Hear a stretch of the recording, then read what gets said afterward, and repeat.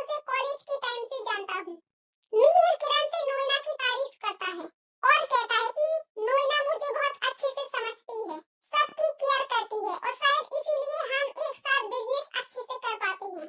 अगली सुबह तुलसी फंक्शन की सारी तैयारियां देख रही होती है और हेल्पर को चाय देती है। तभी ऋतिक तुलसी के पास आकर कहता है कि माँ, ये काम आप क्यों कर रही हो?